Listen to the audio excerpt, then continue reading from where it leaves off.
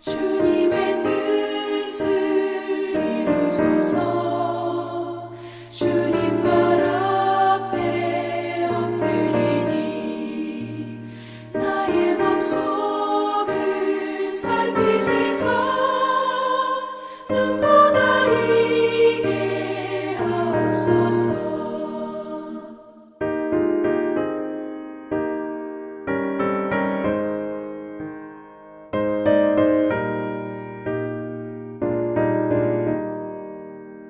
주님의 뜻을 이루소서.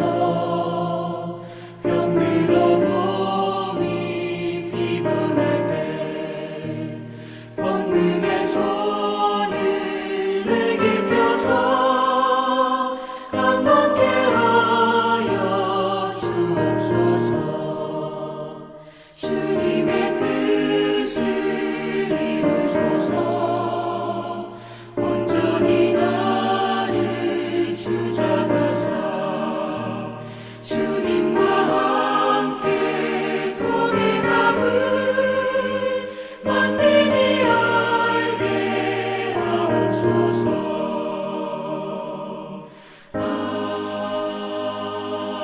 아멘.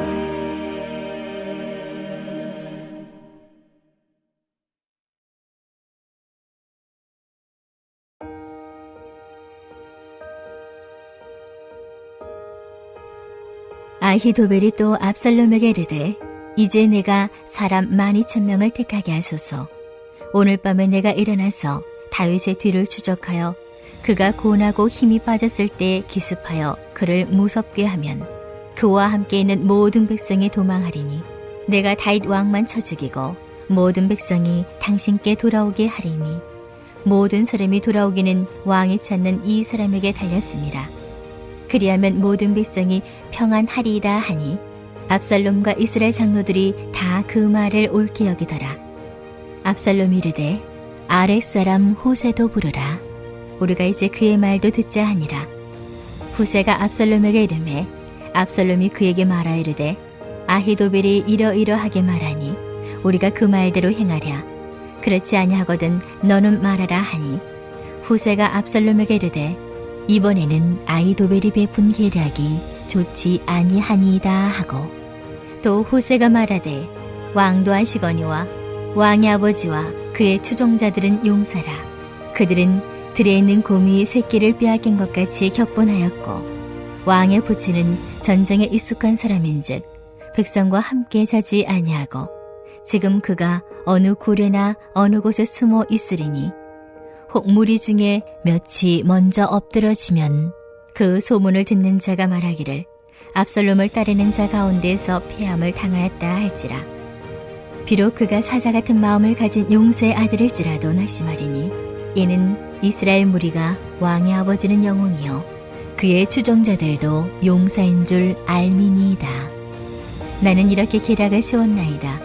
온 이스라엘을 담부터 부엘세바까지 바닷가의 많은 모래같이 당신께로 모으고 친히 전장에 나가시고 우리가 그 만날 만한 곳에서 그를 기습하기를 이슬이 땅에 내림같이 우리가 그의 위에 덮여 그와 그 함께 있는 모든 사람을 하나도 남겨두지 아니할 것이요 또 만일 그가 어느 성에 들었으면 온 이스라엘이 밧줄을 가져다가 그 성을 강으로 끌어들여서 그곳에 작은 돌 하나도 보이지 아니하게 할 것이니이다 하매 압살롬과 온 이스라엘 사람들이 이르되 아랫사람 후세의 계략은 아히도벨의 계략보다 낫다 하니 이는 여호와께서 압살롬에게 화를 내리려 하사 아히도벨의 좋은 계략을 물리치라고 명령하셨음이더라.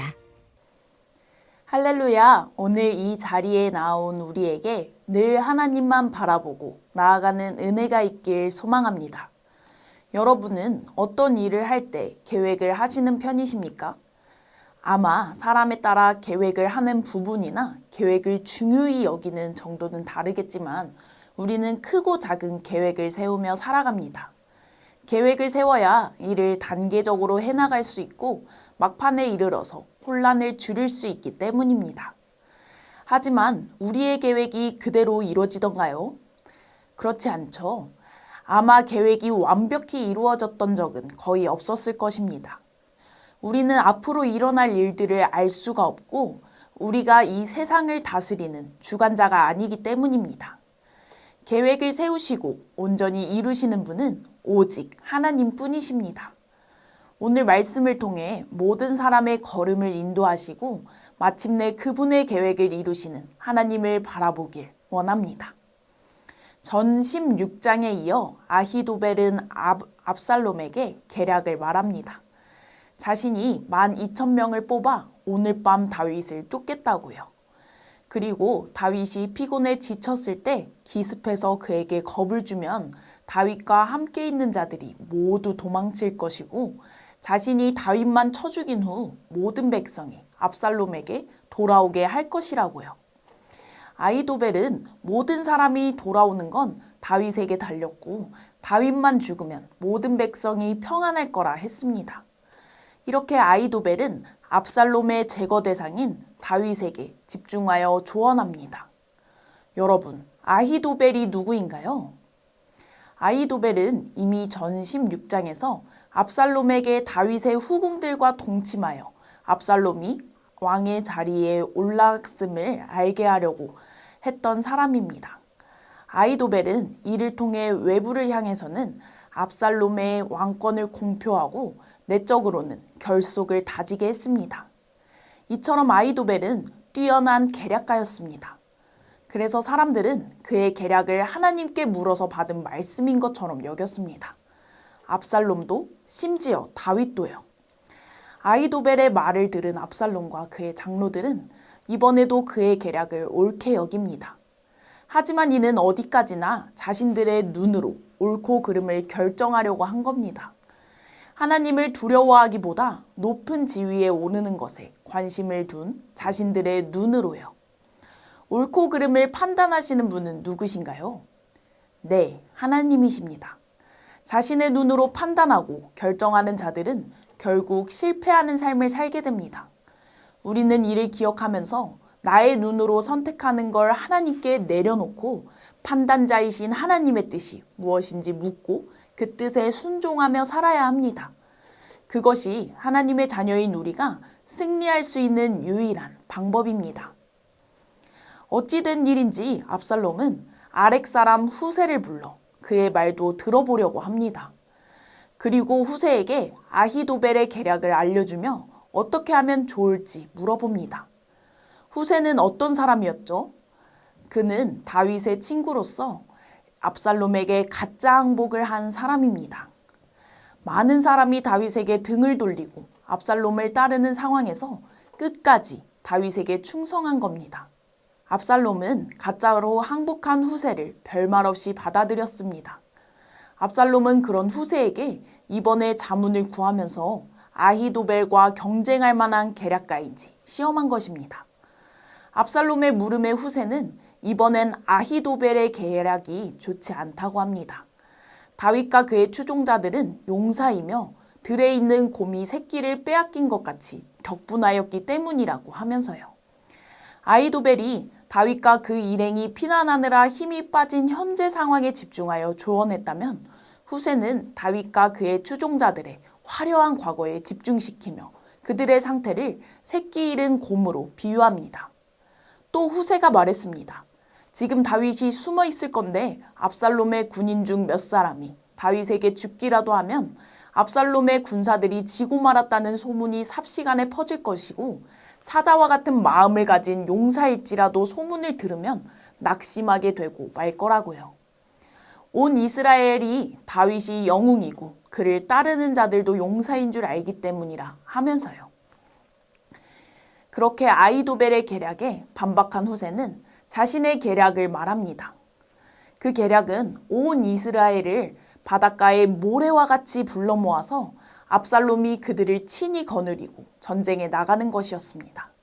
그리고 다윗이 있는 곳을 기습해서 온 땅에 내리는 이슬처럼 그를 덮쳐버리는 겁니다. 그러면 다윗을 비롯한 함께한 모든 사람이 죽게 될 거라 후세가 말합니다.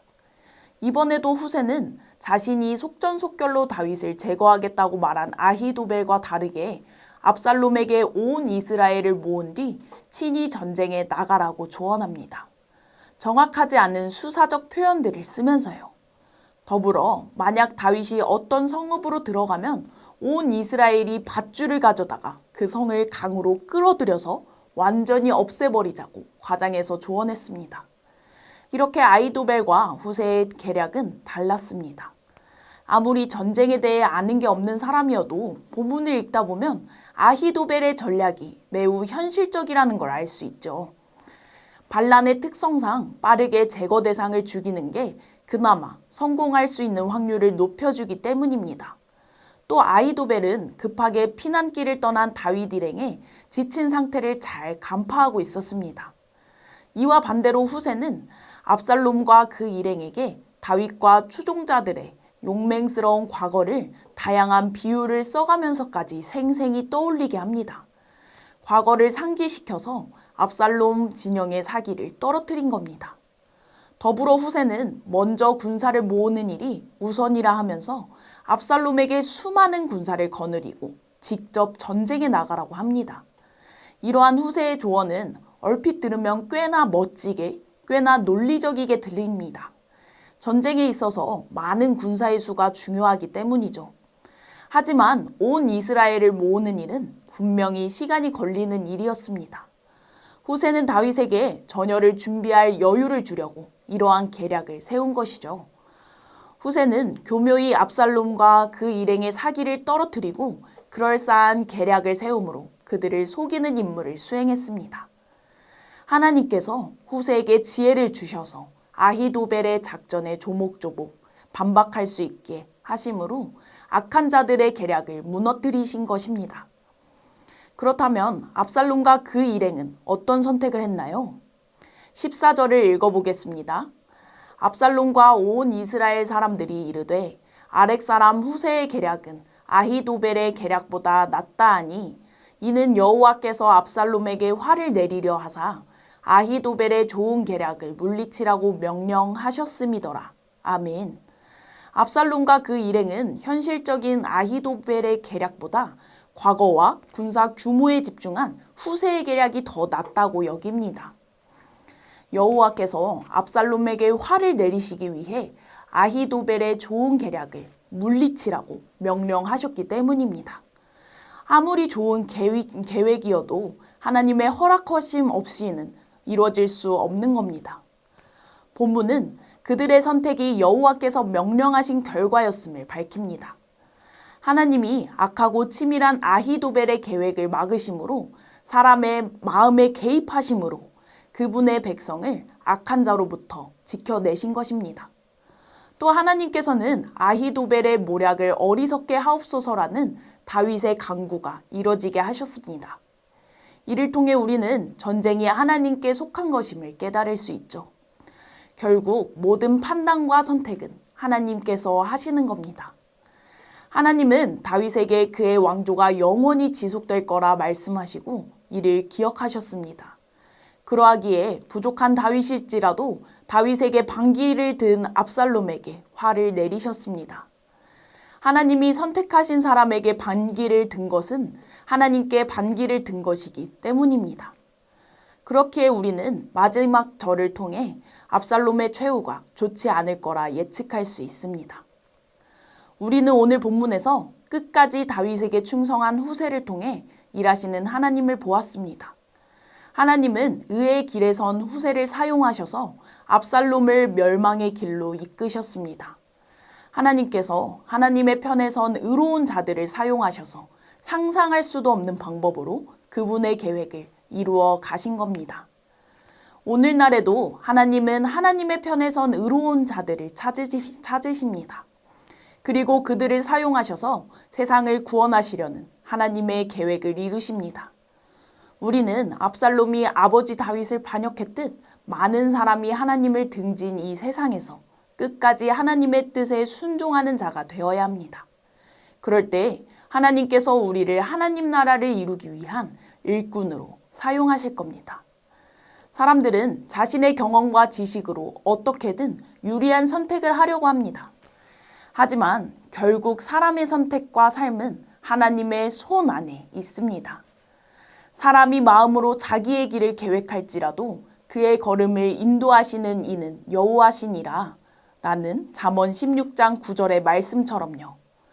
아무리 사람이 최선의 계획을 세운다 해도 결국 그의 걸음을 인도하시는 분은 여호와 하나님이십니다. 그래서 시편 저자는 악인들의 꾀를 따르지 말고 죄인들의 길에 서지 말라고 가르칩니다. 때때로 세상을 보면 악한 자들의 간사함이 그들에게 성공을 안겨주는 것처럼 보이기도 합니다. 하지만 하나님은 악인들의 계획을 무너뜨리신다는 것을 명심해야 합니다. 하나님의 편에 선 우리는 악한 계획을 철저히 거절하고 오직 하나님의 의로운 길을 선택하며 살아야 합니다. 또 어려운 상황이 닥쳐올 때 상황이나 사람을 보며 낙심하는 것이 아니라 모든 일을 주관하시는 하나님을 바라보아야 합니다. 사랑하는 성도 여러분, 바라옵기는 이 자리에 있는 여러분과 제가 결국 모든 길을 인도하시는 여호와 하나님을 바라보면서 그 어떠한 편이 아닌 하나님의 편에 선 자들이 되기를 원합니다. 더불어 악인들의 꾀를 철저히 거절하고 오직 하나님의 의로운 길로 나아가기를 소망합니다. 그렇게 끝까지 하나님께 순종하는 사람이 되어 하나님의 신실한 계획이 이루어지는 데 쓰임받는 우리가 되기를 간절히 소망합니다. 함께 기도하겠습니다. 첫째로 모든 걸음을 인도하시는 여호와 하나님을 끝까지 바라보며 하나님의 편에 선 의로운 자로 살아가도록 그리하여 하나님의 계획이 이루어지는 데에 쓰임받는 우리가 되도록 기도합시다. 두 번째로는 진행되고 있는 신앙 강좌를 통해 하나님을 향한 믿음이 깊어지게 하시고 내일 진행될 부모교육 세미나를 통해 하나님의 성전을 이루는 가정이 되고 말씀으로 살아가는 다음 세대가 되게 해달라고 간절히 기도하겠습니다.